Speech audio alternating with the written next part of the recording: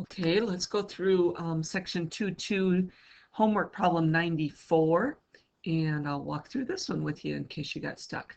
A ball is thrown straight down from the top of a 220-foot building with an initial velocity of negative 22 feet per second. What is its velocity after 3 seconds?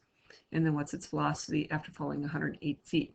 So we have the top of our building, we are up a height of 220 feet up. So distance but from ground level to the top of this building was 220 feet. We've got somebody, standing up here, and they are throwing this ball straight down, and it had an initial velocity. Notice when you read that, hopefully this was coming to your mind, that's your V sub O, and it is feet per second. And what is its velocity after 3 seconds? Well, I think our easiest thing to do is start with position function and build from there, and then we can get to our velocity.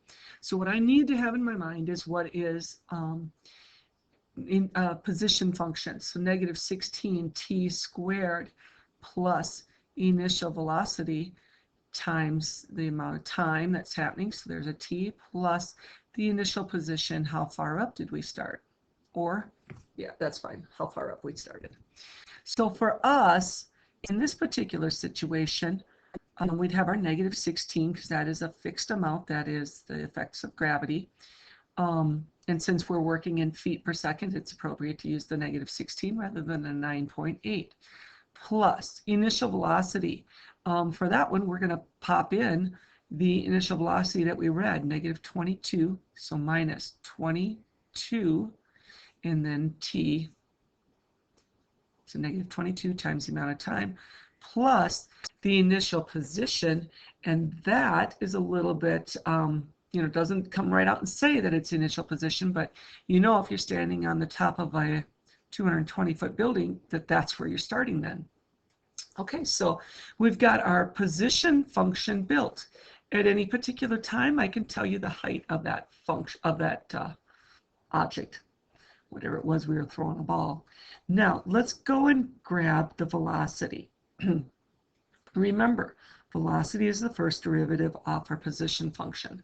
So velocity in this case is going to be negative 32t minus 22, and then the derivative of 220 would be 0.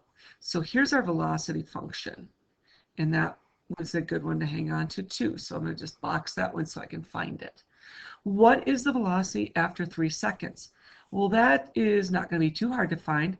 The velocity at 3 seconds is equal to, notice the notation, it's easy to understand what I'm about to calculate.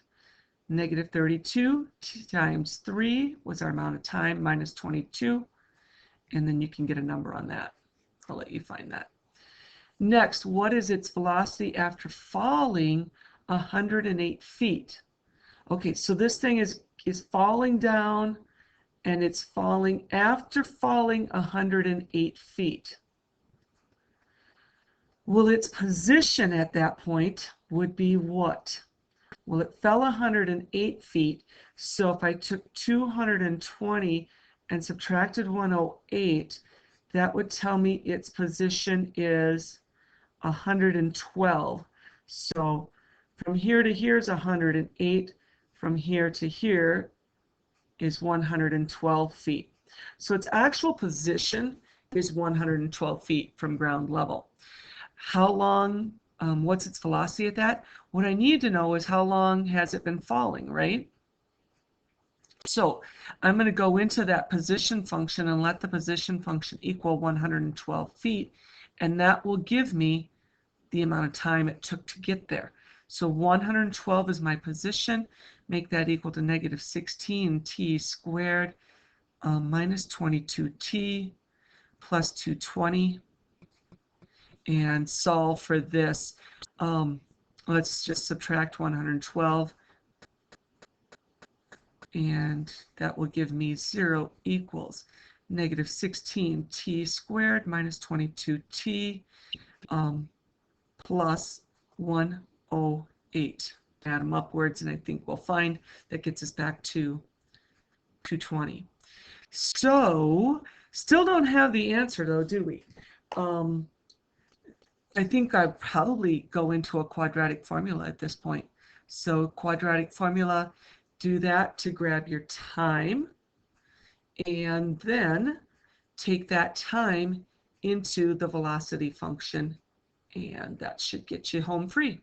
So the velocity, whatever this time comes out to be, take it into our velocity function, and remember velocity sits up here, negative 32 times this amount of time minus 22, and that should do it.